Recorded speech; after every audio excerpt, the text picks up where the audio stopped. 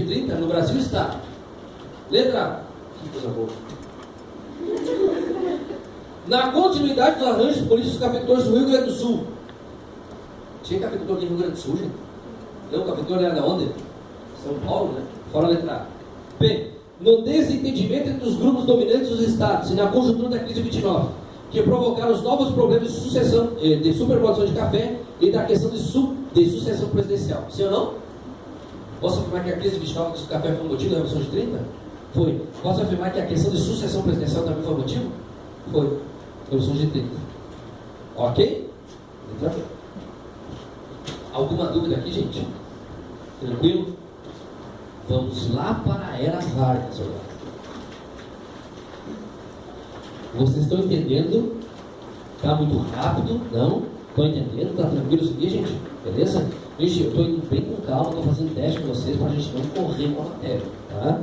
Quando os seus colegas virem semana que vem, terça-feira, eles vão ficar um tanto apavorados, porque parece que a gente está correndo, né? Pô, a gente estava lá quando o Dom Pedro II estava no poder, né?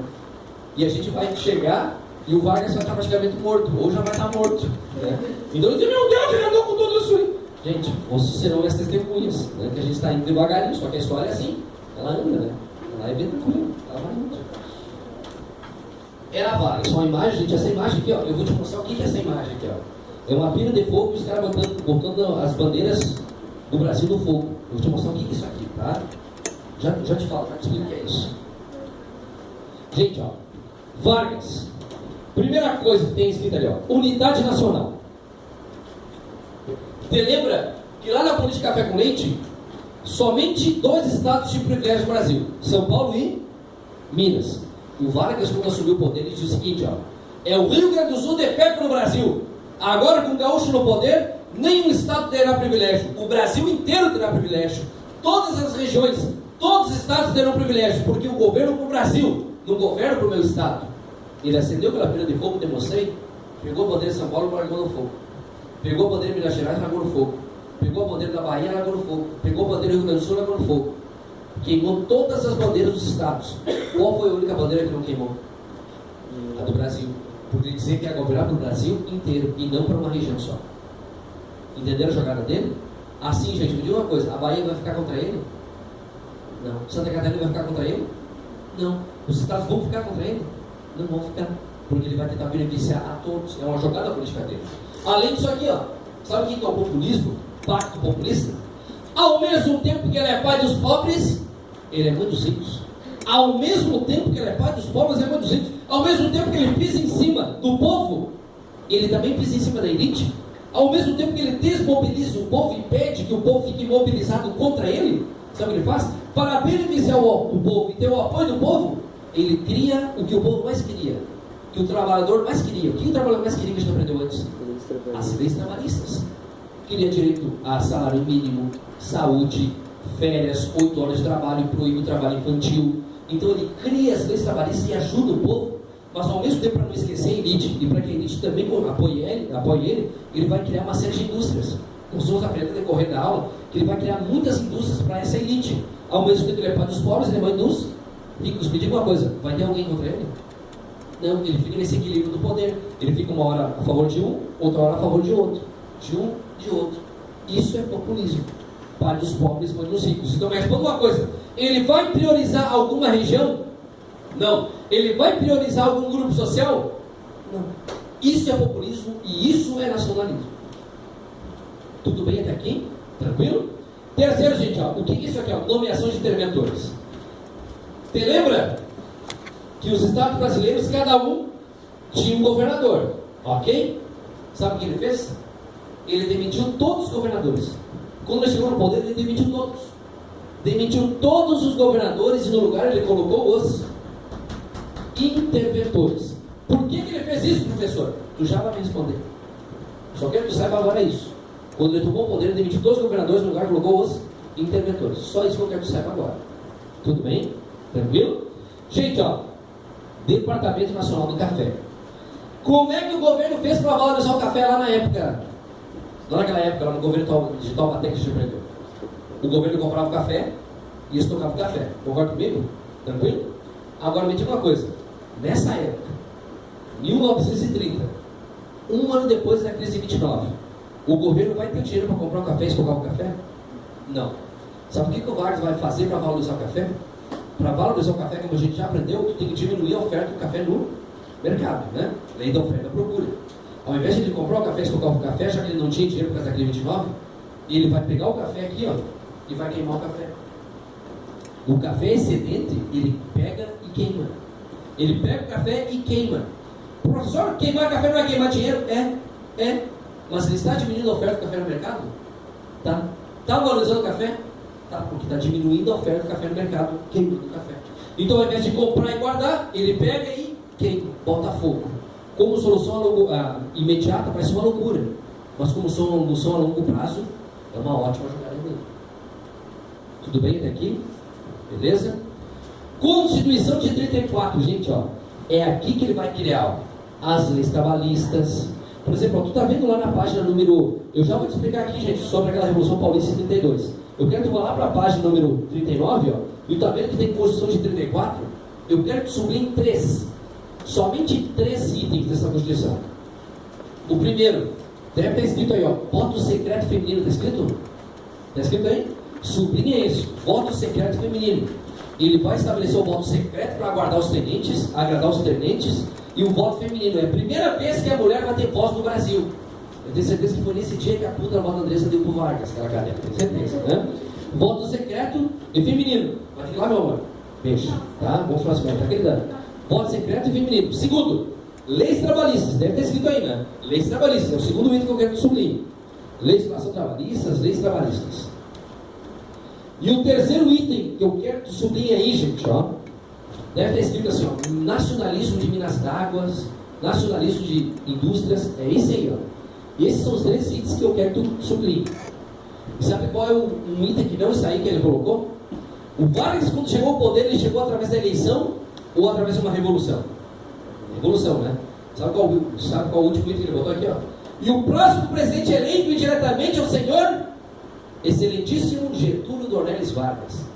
Então, ele se elegeu o presidente do Brasil de uma forma humilde, né, e querida. Então, ele fez a Constituição, ele era o presidente e ele se elegeu o presidente do Brasil. Humilde, né? Tranquilo, vai ficar mais 4 anos no poder. Sem nunca receber um voto. Viu? Chegou sem eleição e vai continuar no poder porque ele se elegeu, sem nenhum voto. Só para te mostrar o que é essa Revolução de 32, gente, é o seguinte, ó. Tem esse mesmo cartaz, o mesmo cartaz, ó. É o seguinte, ó. O Vargas tomou o poder dos paulistas em 30, concorda comigo? Em 32, os paulistas vão tentar recuperar o poder. Se a Revolução de 30, o Getúlio Vargas tomou o poder dos paulistas, em 32, os paulistas vão tentar recuperar o poder. Então, eu posso afirmar que a Revolução de 32 é o contragolpe da oligarquia paulista. É uma tentativa dos paulistas recuperar o poder. É uma tentativa dos cafeteiros recuperar o poder perdido para o Vargas. Então, o objetivo da Revolução de 32 era derrubar Getúlio Vargas. Era tirar o Getúlio Vargas do poder. Tudo bem até aqui? Gente, ó, eu botei aqui para vocês, ó, MMDC. O que é MMDC? Em um protesto de estudantes universitários paulistas que queriam derrubar o Getúlio Vargas, 4 líderes estudantis foram mortos pelo Vargas, pela polícia do Vargas, né? Martins, Miragaia, Drauzio e Camargo. Martins, Miragaia, Drauzio e Camargo. Foi o nome dos 4 estudantes mortos pela polícia do Vargas. E eles se tornaram símbolos da luta dos paulistas contra Getúlio Vargas. Deu certo, professor? Não deu. Sabe por quê? Tem como São Paulo lutar contra o Brasil inteiro? Não. Por isso que foi derrotado. Mas, professor, por que ficou só São Paulo contra o Brasil inteiro? Tu vai me responder. Por que os demais estados não apoiaram São Paulo contra o Vargas? Oi? Estavam satisfeitos? Também. Mas tem outro item ainda. Também. Se voltasse São Paulo, ia ficar com todos os privilégios. Eu acho que está relacionado com o que ela disse. Também. Você lembra que o Vargas, quando tomou o poder, ele demitiu os governadores e colocou quem? Os interventores. Os interventores eram a favor de quem? Do Vargas de São Paulo. Do Vargas. Então o interventor do Rio Grande do Sul vai deixar? Vai apoiar? Ou vai deixar, por exemplo, o Rio Grande do Sul apoiar São Paulo? Não, o interventor da Bahia vai apoiar quem? O Vargas. Então ele demitiu os governadores para colocar os interventores para impedir que os estados ficassem contra ele. Entendeu a jogada dele? Tranquilo?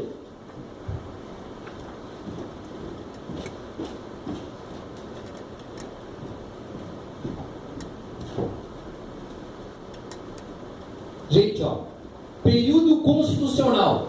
Por que período constitucional? Antes vocês viram que era um período provisório. Por que provisório? Porque o Brasil ainda não tinha uma Constituição. E por isso que era uma fase provisória. Agora é um período constitucional porque o Brasil tem uma Constituição. A Constituição de 34 que nos sublinhou ali. Nesse período constitucional, olha para a data. Já aconteceu a Primeira Guerra Mundial? Já. Já começou a Segunda? Não. Por isso é chamado de período entre guerras. O que é o período entre guerras? Tem 3 grandes acontecimentos. Um a gente já viu. A crise de 1929. Ok? Qual foi o único país que não sofreu com a crise de 29? União Soviética, porque ela era socialista. Então posso afirmar que os grupos socialistas se fortaleceram no mundo, inclusive no Brasil? Sim. Tanto é que vai se formar um grupo socialista aqui no Brasil, chamada de ANL, Aliança Nacional Libertadora. Sabe quem é que era o líder desse grupo socialista que defendia o socialismo aqui no Brasil? Zé da Caminhada, o Forrest Gump brasileiro.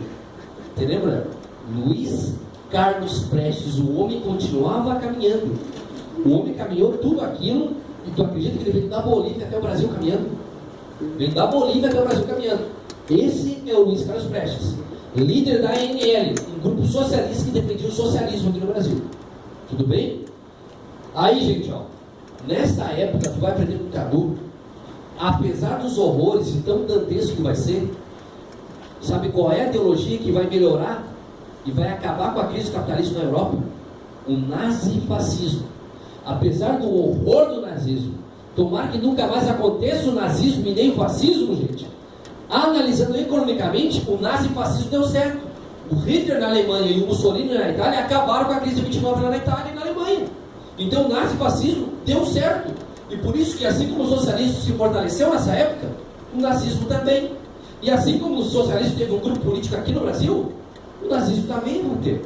Se a ANL é um grupo socialista do Prestes, a AIB, a Ação Integralista Brasileira, era um grupo nazifascista, um grupo fascista no Brasil. Gente, ó, os fascistas, os integralistas, então, chamar alguém de integralista é a mesma coisa que chamar de nazista. Os integralistas, a AIB, gente, aqui no Brasil, eles faziam tudo a mesma coisa que os nazistas. Ao invés de ter a farda preta, que nem os nazistas, eles tinham uma farda verde, as cores do Brasil.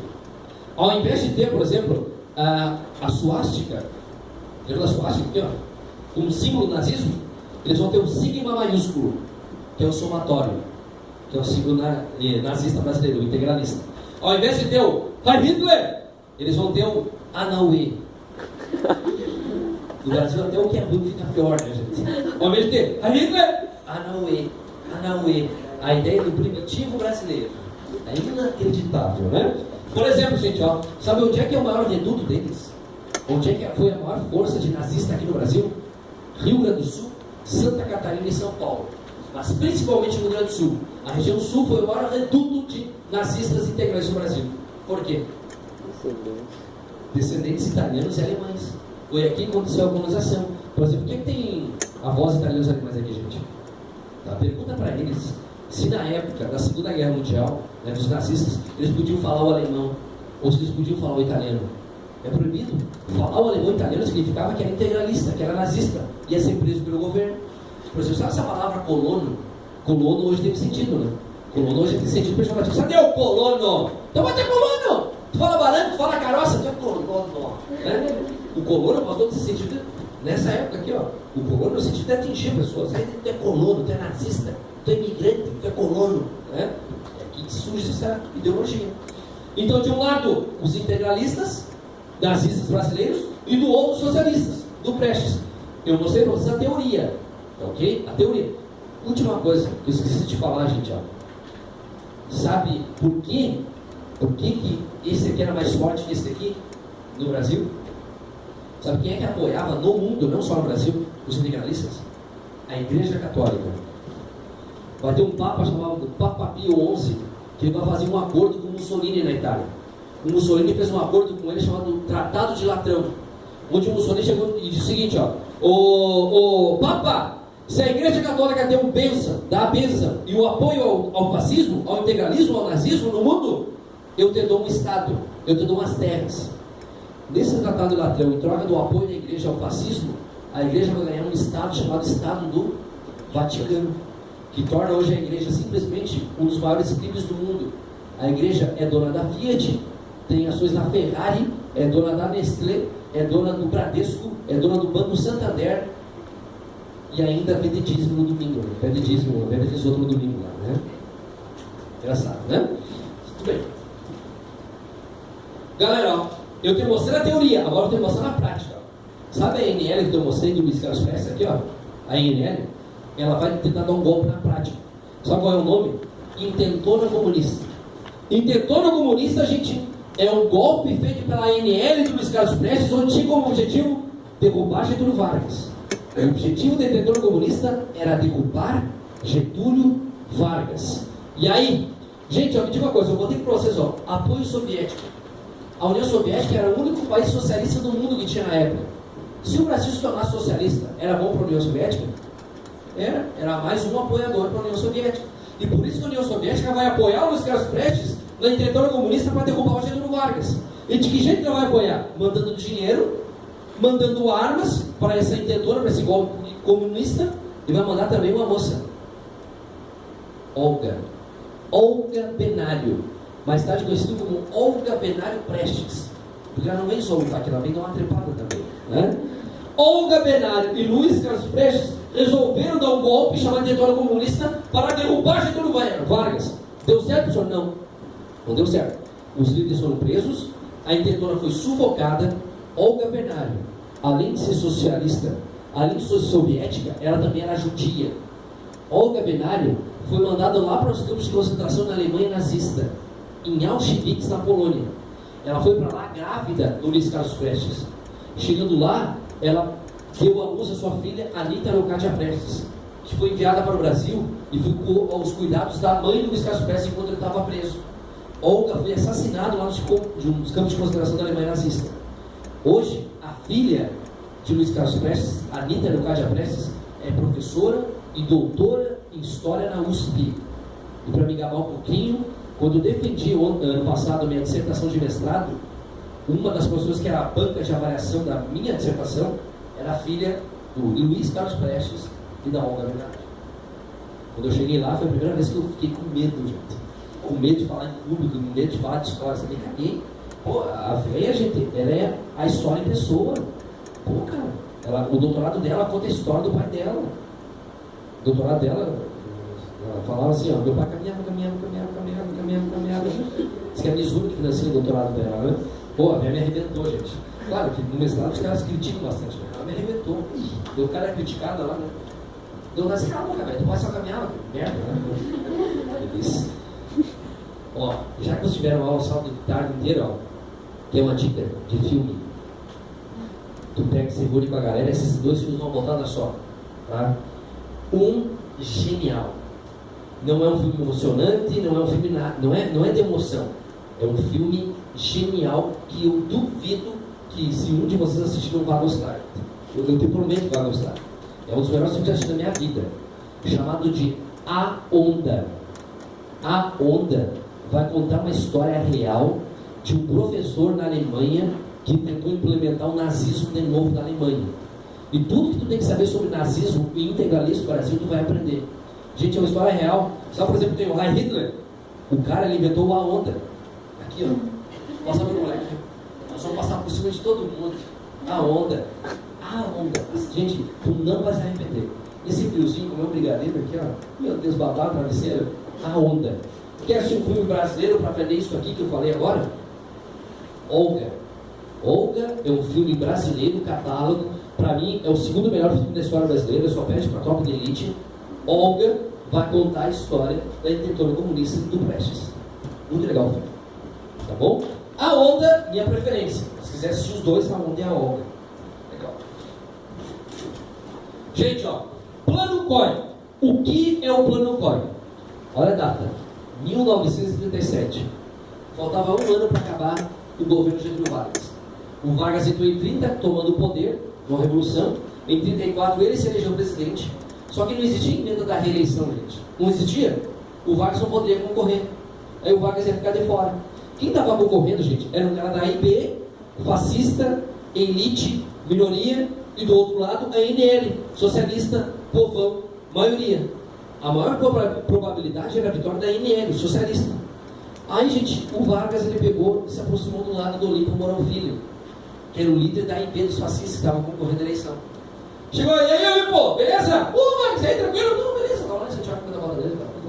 Mas aí, Olímpio, tudo bem, tranquilo. As eleições, Olímpio, tudo bem, as eleições nós vamos perder, né? Não perder para esses socialistas, e os socialistas têm mais votos que nós, né? Pois é, né, Olímpio? O que tu prefere, Olímpio? Tu prefere um populista no poder como eu? Ou tu prefere um socialista? Não, Vargas, eu te odeio. Eu odeio que eu seja populista, mas eu prefiro um populista do que um socialista. E o Vargas, Olímpio, e se eu ficasse no poder e eu te desse todo o Senado brasileiro, tu me apoiava no golpe, hein? E Olímpio, tu me dá todo o Senado? Eu te dou todo o Senado se tu me apoia no golpe. E Olímpio, te apoio. Olha o que o Vargas fez, o chamado Plano COI. Com o apoio dos integralistas, ou seja, dos fascistas brasileiros, ele inventa o plano comunista. O Vargas fez uma carta falsa, como se fosse de um comunista, mandando para um outro comunista. E o conteúdo dessa carta seria, gente, uma ameaça de matar o Getúlio Vargas. O Getúlio Vargas pegou essa carta, fez um discurso em rede nacional através do rádio e disse: trabalhadores e trabalhadoras do Brasil! Gente, o Vargas ele tinha um poder de persuasão e um carinho, um carisma incrível. A gente pode ver que os maiores líderes políticos do Brasil, que são mais carismáticos, eles têm um jargão. O Vargas era trabalhadores e trabalhadoras. O Jânio era vassouras e vassourinhas. O Collor era brasileiros e brasileiras. Quem teve agora há pouco inteiramente um jargão? O Lula. O que o Lula gritava? Companheiros e companheiras. Né? Tu notou que a Dilma está querendo ser simpática? Ela fala amigos e amigas, né? Só que falta uma coisa nela, carisma. Ela não tem nada disso, né? Trabalhadores e trabalhadoras do Brasil, eu, o pai dos pobres, o pai dos trabalhadores, que criei as leis trabalhistas, emancipei e libertei vocês da exploração. Eu, que sempre defendi os pobres mais humildes, e que agora estou no poder, estou sofrendo ameaças de morte. Meu Deus do céu! Estão querendo matar o Getúlio, meu Deus! Eu acabei interceptando uma carta de um comunista, mandando para outro comunista, planejando um golpe e um assassinato do seu presidente, do seu pai dos pobres. Meu Deus! Estão querendo matar o Getúlio, Jesus! Diante disso, diante dessa ameaça comunista, vou cancelar as eleições e implantar uma ditadura para caçar esses comunistas e salvar vocês desse povo comunista, dessa raça lixo do Brasil. É isso aí, Getúlio! Pra cima deles! O Getúlio inventou essa história para continuar no poder e ele continua no poder. Ele dá um golpe, cancela as eleições e implanta uma ditadura, o chamado Estado Novo. E vai ficar mais 8 anos no poder sem nunca receber um voto. Filho da puta, né, gente? É desgraçado, cara. E não aqui, gente, ó. Estado Novo.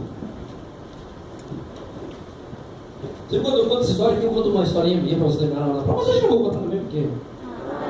gente, eu lembro que uma vez eu estava na praia com a Andressa, lá em Santa Catarina, Laguna, Santa Catarina, né? A gente estava comemorando uma data importante na nossa vida amorosa, eu não lembro agora qual era a data, né? Mas a Andressa é fácil lembrar, porque quando a Andressa acorda, e o cara, oi amor, tudo bom pra ti? Que nós vamos almoçar? Que nós vamos jantar hoje? Não sei, não tá te lembrando de nada? Não? Tá bem legal o dia? É um dia normal pra você? Pois pra mim não é um dia normal. Ela pega, sai ligando, né? Eu disse, tá, é alguma data importante da nossa vida, né? Então vamos ter que tentar descobrir. E eu lembro, gente, que a gente tava comemorando, eu disse, Andressa, se tu acha que eu esqueci dessa data, eu não esqueci. Eu quero que tu vá pro hotel, tome banho, fique bem bonita, vou te levar no restaurante mais chique aqui da cidade. E ela, ela foi lá, tomou um banho, botou a camisa do toque, fez aquela chuquinha no cabelo dela tradicional, né? Ela foi lá, né? Eu entrei, puxei a cadeira, disse, olha, eu posso esconder, hoje a noite é sua.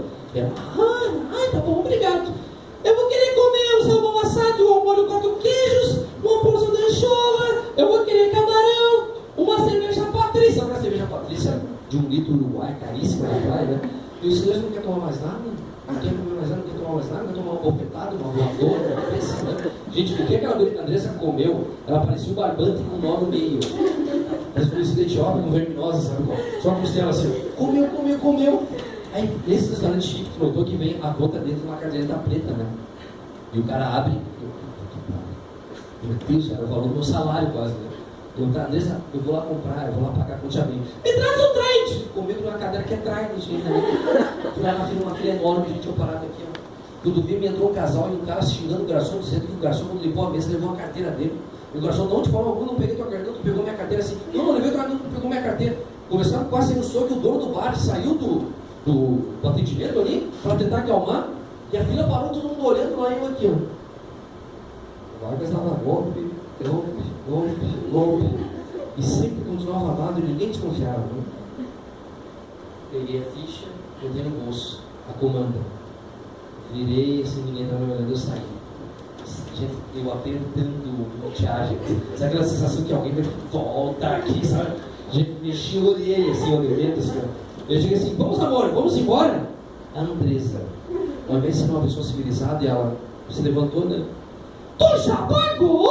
Não, já paguei. Não pode pegar agora minha sua leitura no final da feira, como é que já pagou? Não, já paguei. Não, tá muito estranha essa história. Como é que já pagou? Não, então tu furou a fila, como é que já pagou? Não, Andressa, eu já te conto. Não, me conta agora, porque tá muito estranho. Andressa, eu já te conto. Tá muito estranho essa história. Gente, a gente saiu. Eu disse, Andressa, fica em silêncio. Tá muito estranho, não vai me contar o que aconteceu. Eu disse, Andressa, tá vendo aquela esquina lá? Tô, por quê? Assim que nós dobramos, corre tudo que tu pode pra vida. Gente, quando eu dobrei, eu larguei ficar. Eu estupendo. Eu disse, ai meu Deus, eu sou uma bandida. Era uma taquara correndo assim, gente. Eu só vi a Chiquinha, o cabelo dela assim, voando assim. Foi desespero, mas amor, é isso, gente. É adrenalina. Adrenalina, não tem emoção, não. Adrenalina, né? Estado Novo, gente. Então o Estado Novo, ó, vai ser o regime autoritário de Vargas. Vai ser a ditadura de Getúlio Vargas. Vai ser o regime repressivo, conservador, ditatorial de Getúlio, onde ele vai criar vários instrumentos repressivos para perseguir os comunistas. Por exemplo, ó, ele criou o DIP. O que significa DIP? O senhor não sabe o que significa DIP? Não? DIP é Departamento das Índias Paraquedistas. É bom? Gente, o DIP não é Índias Paraquedistas, é Departamento de Imprensa e Propaganda. O DIP é Departamento de Imprensa e Propaganda. O DIP tem duas funções. Primeira função do DIP, ó, propaganda. Fazer propaganda de Getúlio Vargas. Por exemplo, sabe esse programa que tu escuta todo dia depois do Pretinho Básico às 6 horas e que é o prazer da semana é você escutar esse horário? Não era o programa? A Voz do Brasil, mas que na época era chamado de A Hora do Brasil. Durante 1 hora no rádio, o DIP ia falar bem do Getúlio Vargas. A função do DIP era propaganda e censurar. Se tivesse alguém que falasse mal de Getúlio Vargas, o DIP ia lá e prendia. Então, função do DIP, censura e propaganda. Tudo bem até aqui? Tranquilo? Segunda, DASP. O que significa DASP? O senhor não sabe o que significa DASP? Não? Não é mesmo? É Departamento dos Anões Sem Pênis. Gente, não tem que saber o significado. A prova vai te dar. Ela vai colocar sigla e do lado significado. Departamento de Administração e Serviço Público. Sabe o que é o DASP, gente? Eu quero que puxe uma flechinha, quando estiver anotando, eu escrevo assim, ó. Fiscais.